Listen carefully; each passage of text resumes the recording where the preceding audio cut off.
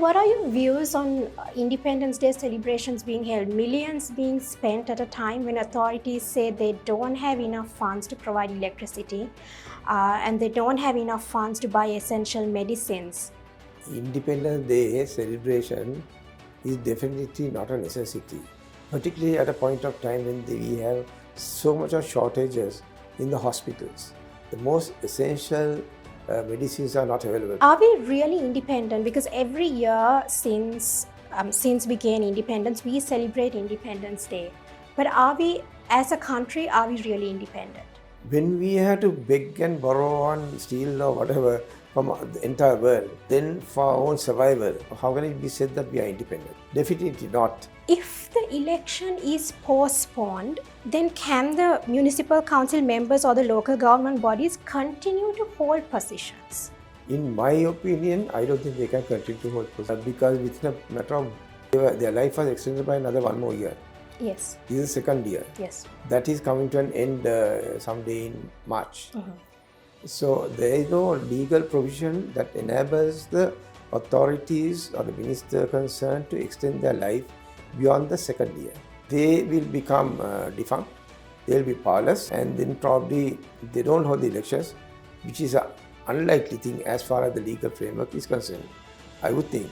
Then there won't be local authorities, but the powers of the local authorities will be vested with the commissioners.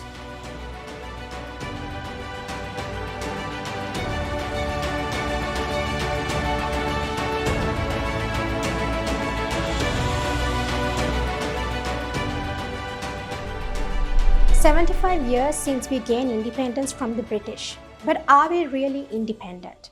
A country is only independent when it's free from corruption and injustice. The people's struggle, also known as the Aragalia, which captured the attention of the world, demanded justice, real accountability, and a real system change. Have we achieved this? Today, I will be in conversation with President's Counsel, Mr. Upul Jayasuriya. Welcome, Mr. Jayasuriya. Thank you. Welcome. So as we begin this conversation, let's focus on the people's struggle, also known as the Aragalia. One of the key demands of the Aragalia was for a system change. Can we see this system change in the new government? I don't think that we are able to see any kind of a system change. What we see happening is, of course, some of the people who held office like the president, prime minister, and large number of ministers are not holding portfolios anymore. Other than that, the corruption that has taken place in this country, I don't see anything happening now. Some of the complaints that have been made decades ago, even now they have not been reopened. It is going on and on. Now, there was a corruption committee that was appointed and a separate commercial crimes unit that was set up during the time of Mr. Wickremesinghe when he was the Prime Minister, during the Yahapalana regime. And large number of files that were there concluded have not had any result. I don't know where the files are, and that was a process that was taking too long. And also, we have to have a fresh look. If we have to change the system, which got to at least starting from corruption, we have to change the system with the necessary amendments to the bribery and corruption law. Now, take for instance, there was this Counsel sugar incident where state official, secretary to a ministry, asked for a bribe of some 20 million rupees. Now, there again, it took a long time for the conviction, and the appeal went up, and then because it's a trial and by, it has now been concluded. But in a normal case where the people are sometimes when they say that they can't account for their assets, sometimes when the trial is taken up, that's about 10-15 years after the allegations have been made. So how are they going to explain this? They can't. Humanly, it's impossible. So the procedures that are there in government institutions, my answer may be a little too long, but I will give that. But take for instance, our country is short of dollars. We have to accommodate the foreigners coming to this country for investment purposes. From the time they come, I find that the people in authority, including the Counsel sugar matter, asking for bribes. and they don't do what they ought to do by law. As a result of that, they get sick of this country and then go away. They go back to their country from the time they land here until the time they take the flight back. People are asking for bribes. So they are appalled by this kind of situation. So we have to change that system and then change the laws if necessary. I don't think the laws are needed to be changed on that aspect of it, except that maybe the commission is overburdened with too many cases with a smaller number of investigating officers and so on.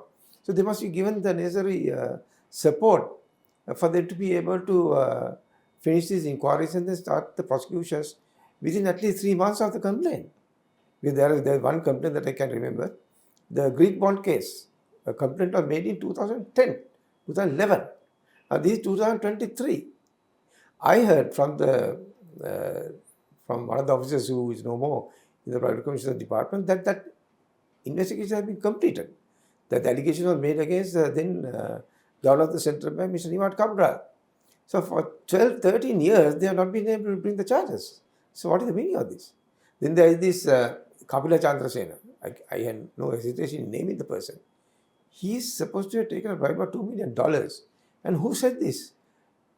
Boeing, the international company, the airline company, they said that. But he now living in Australia comfortably. Now this is about 3-4 years' time.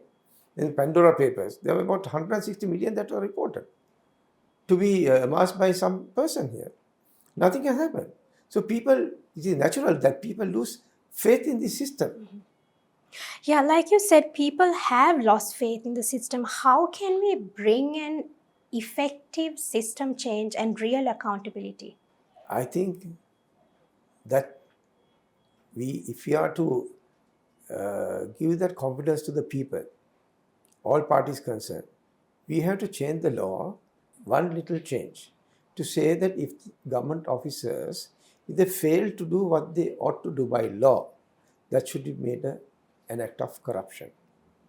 They should be accountable, they should be charged, and when they are to be charged, that must be done within a matter of 3 months, and those cases should be taken up before courts on a day-to-day basis, and then trials concluded. That's the first thing that we should do if we are serious in changing the system. We must start with that. But in the meantime, there are so many cases where the investigations have been done. Everything is on paper, but no decisions have been taken to file charges. Now see, even take the Easter bomb case. Mm-hmm. Easter bomb case, a high-powered commission was appointed, comprising of sitting and retired judges. I think 1 or 2 of them were sitting judges of the Supreme Court and the Court of Appeal. They identified more than 5-6 people, police officers, saying that they have totally not failed in their duty, but they had the knowledge. They had the knowledge, but they didn't take the action that they should have taken. But the main person who is supposed to have not taken such action, Nilantha Jayawardena, has been made a witness in the main case. This is shocking. Unbelievable. I think the person who made that decision should be charged to make him a witness, not an accused. This is shocking.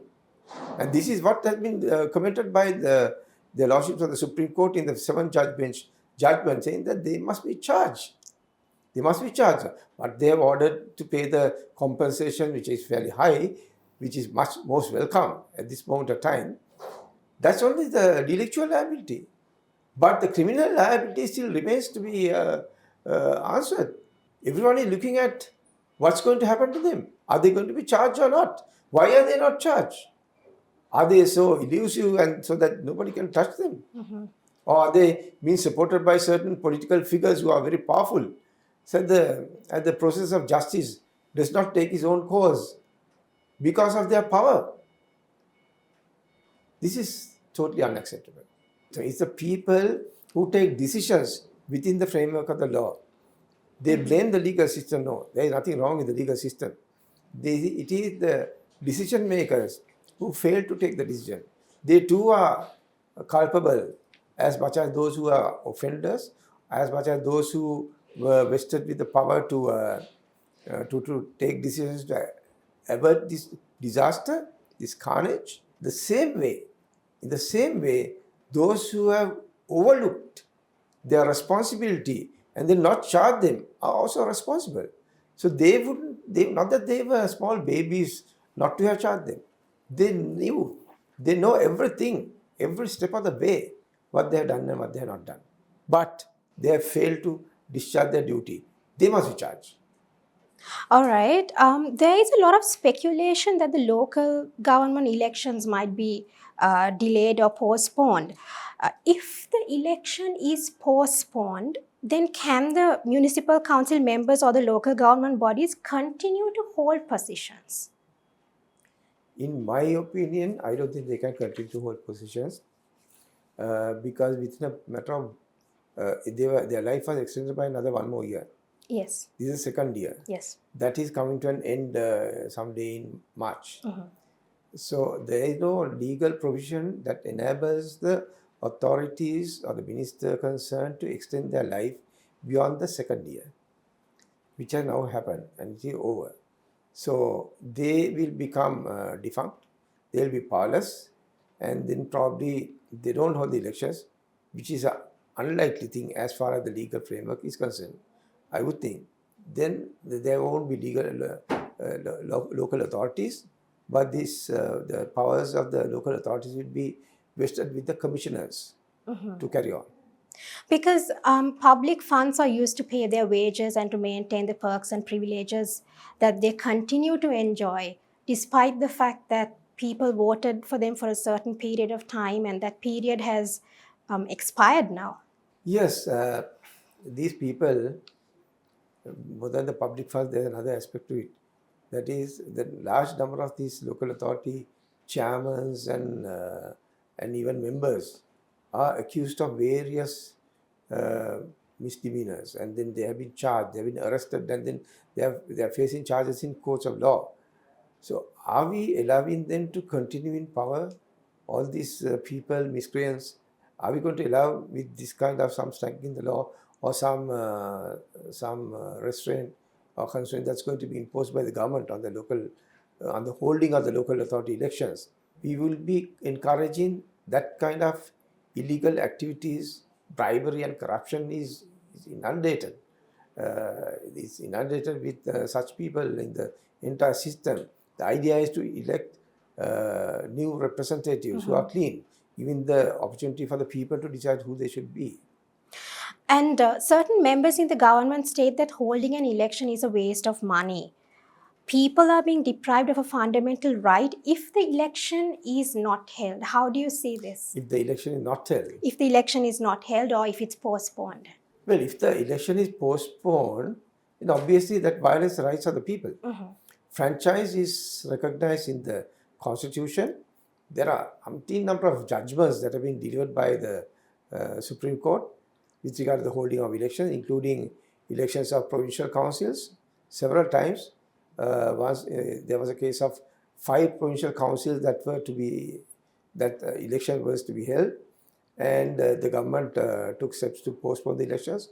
There again it was said that it was a violation of the fundamental rights, and then the government was ordered to hold such elections. That was in the time of, I think, 1999 or something, during the time of Mrs. Kumaratunga. There are so many judgments about it. There is no way how they can postpone the elections. In fact, right at the moment, there are 2 cases that we have filed. One is with regard to the decision that was taken by the Cabinet of Ministers, supposed to have been taken by the Cabinet of Ministers and conveyed by the Permanent Secretary to Ministry of Public Administration to all the divisional secretaries not to accept the deposit money for the conduct of the election. Now that was on 10th of January. Now the same day, few hours later, that same secretary wrote another letter withdrawing that letter. Now withdrawal of that letter doesn't mean anything because he was only conveying a decision that has been taken by the Cabinet of Ministers. So the Cabinet of Ministers should then take a decision to reverse that decision. Because so long as that decision is alive, at some point of time they can put a spanner on the entire system. The whole thing will come to a grinding halt. That is why we have not only challenged that decision that have been taken by the Cabinet of Ministers by a writ application in the Supreme Court, and also I think Mr. Mujibur Rahman has also filed fundamental rights application with regard to the imminent danger of his rights being violated by any means if in case they decide to postpone the elections. And what are your views on Independence Day celebrations being held? Millions being spent at a time when authorities say they don't have enough funds to provide electricity and they don't have enough funds to buy essential medicines. What are your views on this? Is it really a facade? Is it necessary? Independence Day celebration is definitely not a necessity, particularly at a point of time when we have so much of shortages in the hospitals. The most essential medicines are not available, particularly cancer drugs, and Right. also the drugs that are used on eyes when people have eye pressure. I mean, if you don't administer this drug, and they'll go blind, right? Which is more important for somebody to not to go blind or to have a celebration? Surely we could have had a much more simple celebration with so much of austerity. With maybe somebody can go to the Independence Square and they raise a national flag and then just have some people to come there. Why have all these outdated and corroded army vehicles that are there, that have been there for such a long time, to be paraded with so many rehearsals? Look at the amount of manpower that has been wasted. Look at the amount of fuel that has been wasted. Look at the personnel who have been drawn into this security network and all that. So this is definitely not a necessity. In fact, there is we have to take some lessons from the world. I think the president of Tanzania, lady president now, she has also decided that they will not have the Independence Day celebrations, and also decided to give that money for the hospitals to buy drugs to the children of that country. And this is not the first time in Tanzania, because this has happened twice before also in the same country. So why can't we take a leaf from that kind of a country when they cannot afford to spend money? Now when they say 200 million only, 200 million only is being spent on the Independence Day celebration, that is not correct. That is on the, there are different headings. There are different headings, the subsistence and the butter, all that is being paid to about thousands of people who are coming and going on so many days, not just one day. Now, Independence is on the 4th. Today is 30th. Every day there are rehearsals. So all these people, there is a cost to all this. So the actual amount could be higher. Much higher. I would think, I am not a accountant to say this, but I would think it's much more than ₹1 billion. And are we really independent? Because every year since we gain independence, we celebrate Independence Day. But are we, as a country, are we really independent? When we have to beg and borrow on steel or whatever from the entire world, and then for our own survival, how can it be said that we are independent? Definitely not. But I must say, I'm not putting the blame on all governments like some people try to do it. Many governments have done a lot of good things to this country. In fact, even the 2015, 2019 period also, I think 89%, I saw in Central Bank report, 89% of what they have borrowed during that period has been spent on repaying or rather servicing the debts that they have borrowed before, during the regime before. Right. So it's only 11% that have been used as new borrowings, maybe for the projects that have commenced to be completed. The sad part of it is there are so many cases where so much of money has been spent on totally unproductive projects, like the Lotus Tower, maybe the conference hall in Hambantota, the port in Hambantota, airport in Hambantota. And these have been spent on for somebody's pomp and just to inflate the glory of such people. They should be charged for corruption. If they have been doing that kind of thing without the proper evaluation of the project and the viability, they must be charged with. When you had a project that was coming as an aid for light rail project, then it was monorail originally, then light rail, we discarded that. And that was a aid to be given, and then repayment was going to be after 15 years of a long period, and then that again at 0.01% interest.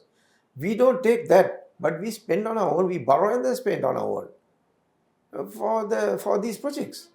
Which is unbelievable how they have been spending the monies that belong to the people, or rather creating a debt on every citizen of this country, even the born and the unborn. Indeed. And the IMF sets out certain conditions that need to be fulfilled before Sri Lanka can receive funds from the IMF. What exactly are these conditions? Have they been revealed? All of the conditions? No. I think this came up several times in the parliament also. They have been asking for these conditions to be revealed, and there have been some agreements that have been signed already with the IMF. None of those agreements have been tabled in the parliament. It's not known, it's not in the public domain, and even after seeking to find out the conditions, nothing has been revealed at least to the opposition parties, and therefore we have been deprived. People have been deprived of as to the terms on which we have agreed. But what is the reason for that? Reasons we cannot predict as to why it could be. Obviously, it's not something that would please the people of the country. Mm-hmm. If it was something that would please the people of this country, they would have definitely revealed it. So if they are not revealing it, it should be for some unknown reason that obviously would not make the people happy. And moving on to the final question, Mr. Jayasuriya, you've been in the legal field for a very long time and you have a lot of experience. What steps should be taken to prevent a crisis like this happening again in Sri Lanka? The rule of law. The rule of law should be enforced by all parties concerned. The courts are very sensitive to this. Legal profession has been very sensitive to it. But I don't see that the government from time to time, the officials of the government from time to time have been sensitive to the rule of law. What I mean is, the law is one thing, but they don't act within the law. But they do things of their own. Decisions are taken by officials. They cannot be explained. Sometimes even the courts keep on issuing judgments and orders. They don't comply with these judgments and orders. Look at what is happening about the current electricity problem. The Human Rights Commission summoned the parties and then decided that you should not cut the electricity during this period, only for this 27 days of the advanced level examination. Mm-hmm. Now, after the 27 days, now 10 days have passed already. 10 days have passed. So there is only 17 days left. Even up to date, they have the audacity and the arrogance not to implement the directive that have been given by the Human Rights Commission. Now, did they make this decision something beneficial for the personalities of the Human Rights Commission? Or something beneficial to the Public Utilities Commission? No, this is a common decision taken in point of view of the children who are facing this difficulty.